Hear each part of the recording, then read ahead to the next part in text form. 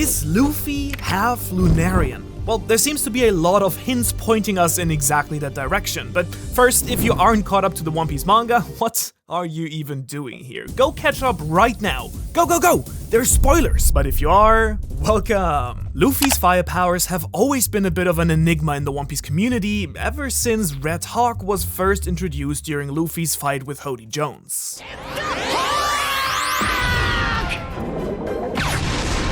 Can rubber really do this? But looking at this scene now, knowing that Luffy actually is a mythical zone fruit user with the human fruit model Nika, this moment now hits very differently. Because we now know that Luffy's powers aren't only rubber, but actually freely shaping the world around him as he pleases, as we can see with his cartoon powers. Whoa, wait a second. Where does the fire come in here though? I mean, Luffy's hair turns into flames like 𝚤𝚙𝚅, but on the other hand, the reveal surrounding Luffy's real devil fruit has not really cleared up the fire problem all too much, I think.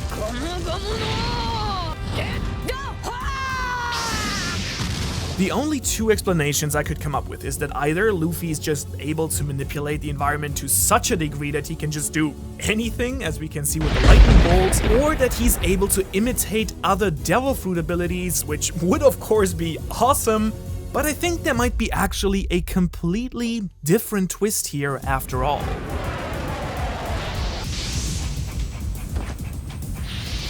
What's up, I'm Manu, and I was really happy that a user with the wonderful name of 𝙲𝚘𝚙𝚎𝚘 of my subreddit Wild Anime Theories kindly messaged me and pointed out to me that Eiichiro Oda, the author of One Piece, might be toying with our expectations here once again, as he loves to do so often. Because of course, Luffy's strange ability to generate actual flame fits wonderfully with the image of Nika being the sun god and the sun being a reappearing symbol throughout the story. The sun is fire, Luffy is the sun god, so having fire abilities makes sense. Only that as far as his powers have been explained so far, it kind of doesn't. I mean, Oda has focused just so much on the Gomu Gomu, Sun God Nika, Devil Fruit storyline in the last few dozen chapters, setting up this reveal, that it was very easy to overlook the importance of another big chunk of lore drop, the introduction of King's Lunarian race. Here's a quick recap.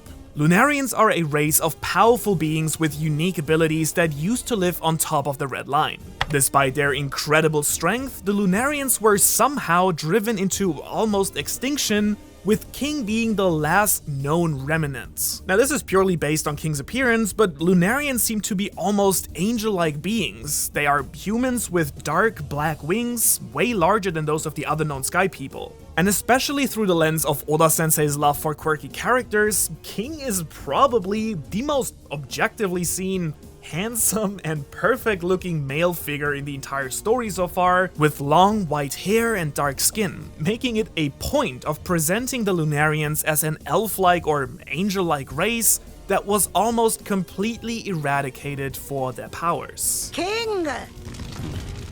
お前がやったことは忘れてやるから。 Now, interestingly enough, the name Lunarian hints at a connection to the moon, which is not only interesting because of Enel's adventure on the moon and all the lore that seems to be hidden up there, but also because the sun and the moon are the two main reoccurring symbols in the story. On top of that, King also has a face tattoo, not unlike that of Luffy's father Dragon, that seems to depict a flower that is known as Moonwort. Now the parallel to Dragon, by the way, would not only make Luffy half sun, half moon, but also begs the question to whether it was Luffy's mother, or maybe even Dragon himself, who was Lunarian. Who knows, maybe God Valley was actually the last refuge of the Lunarian race who were known as gods, until the God Valley incident happened.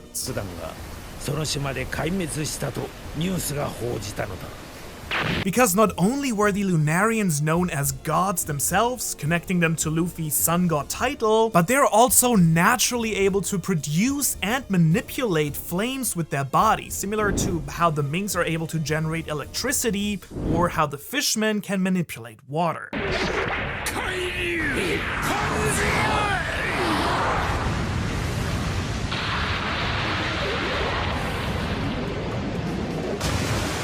Which of course brings me back to Luffy and his strange ability to create fire. By the way, long before ever awakening his Nika devil fruit. All these lore drops about the Lunarians have happened at the exact same point in the story as the hints that Luffy's devil fruit might be special. So why give us this backstory now, before Luffy's defeat and reawakening? Why specifically show us King's background and not that of Queen or Jack? We find out that the world government seemingly hunts Lunarians around the world to this day, rewarding anyone with 100 million berries for any tip-off about a Lunarian's whereabouts. Just a tip-off, not the person itself. And at the same time, we learn that they were trying to get their hands on the Nika devil fruit for over 800 years. So to me, that suggests that this is either related to Luffy himself, or even more specifically, to the Nika fruit itself.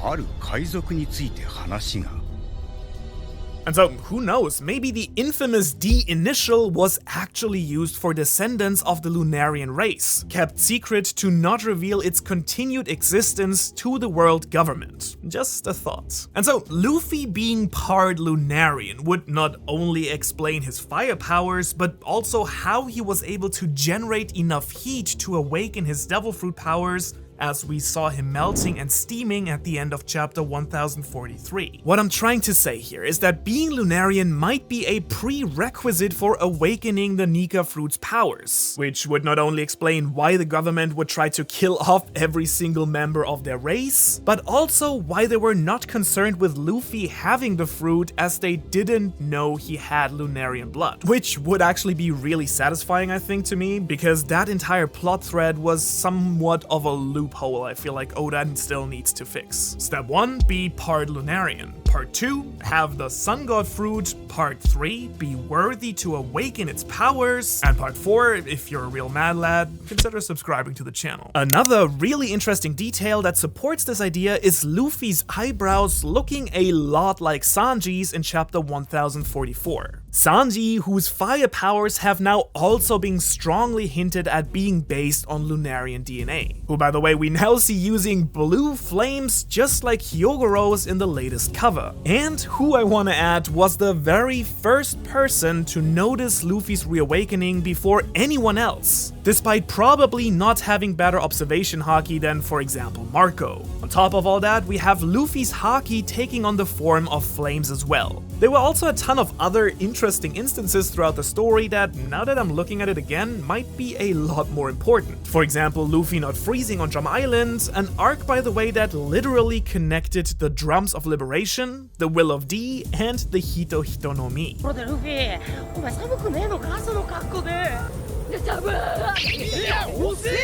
Luffy was also literally frozen solid by Aokiji, but was completely fine.